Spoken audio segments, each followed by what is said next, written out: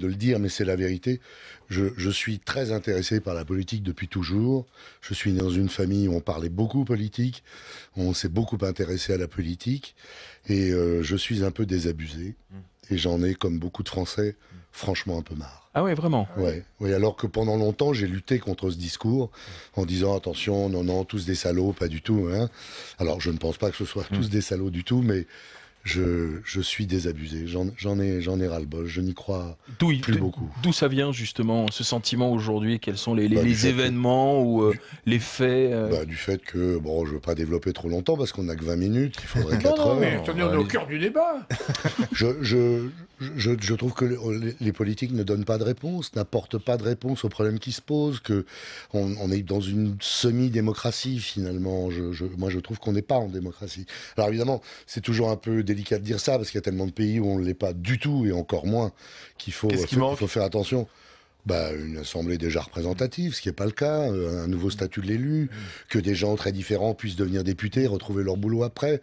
On a, je crois, près de 60% des députés qui sont issus de la fonction publique. C'est pas ce qu'on appelle une vraie représentation nationale. Bon, puis il y a d'autres choses. Le problème de la réélection, le cumul des mandats qui jusqu'ici nous a fait beaucoup de mal. Mais ça existe depuis toujours. Qu'est-ce qui a changé? Pourquoi on ne le supporte plus alors que finalement le cumul des mandats, ça a toujours existé?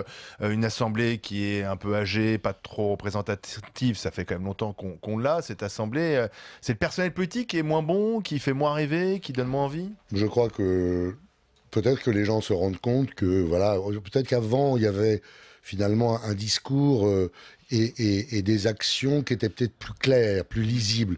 Aujourd'hui, les gens ont accès tellement à l'information, à tout.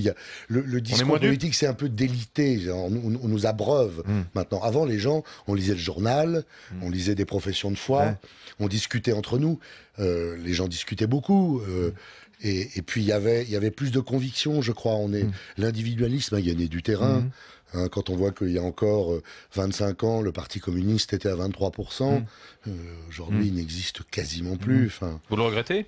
Oui, bien sûr. Vous venez d'une famille communiste, non? Bon, moi, il se trouve que ma mère a été au Parti communiste en 45. Elle a d'ailleurs eu la bonne idée de le quitter dès 56, au moment de Budapest. C'est un signe de clairvoyance, quand même. Tout à fait. Au moment de la Hongrie, quand même. Nous sommes une famille clairvoyante chez nous. Non, mais d'avoir quitté en 56, quand même. Oui, il fallait le quitter à ce moment-là. Pas tout le monde l'a fait. Ni en 79, au moment de l'invasion. Moi, je suis d'une famille clairement à gauche. Je n'ai jamais milité, je n'ai jamais pris de carte de parti.